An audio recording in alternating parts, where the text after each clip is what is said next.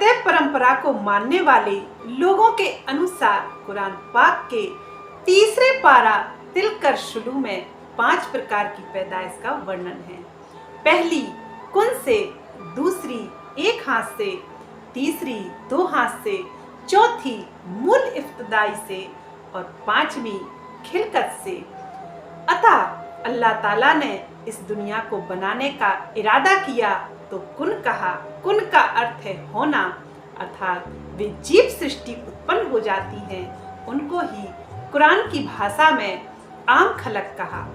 और दूसरी एक हाथ से, अर्थात जब मोहम्मद साहब हजरत बनकर आए और उन्होंने कुरान कहा, कुरान पर पक्का यकीन रखने वाले लोगों को एक हाथ की पैदाइश कहा।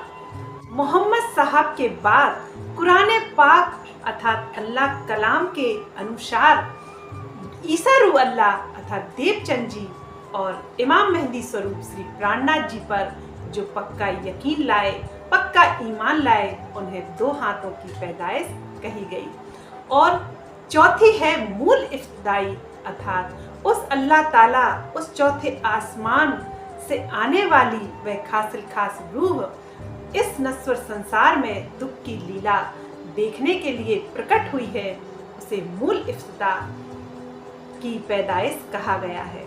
और 5वीं है खिलकते से, अर्थात खिलवत से, वह रूह जो नूर जलाल से संबंध रखने वाली है, अर्थात अक्षर ब्रह्म से संबंध रखने वाली है, और उन्हें ही ईश्वरी सृष्टि और फरिश्ते कहा गया है।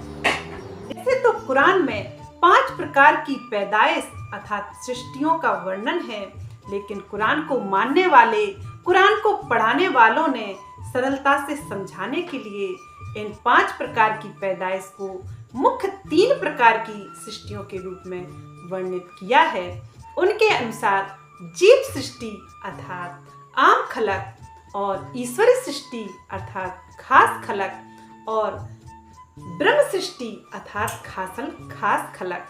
श्री प्राणनाथ जी स्वरूप इमाम मेहदी समझाते हैं कि हर ब्रह्म सृष्टि अपने प्रियतम को पाने के लिए इश्क और ईमान की राह अपनाती है, और ईश्वरी सृष्टि तरीकत अर्थात उपासना की राह अपनाती है, और जीव सृष्टि शरीयत की राह अपनाती है।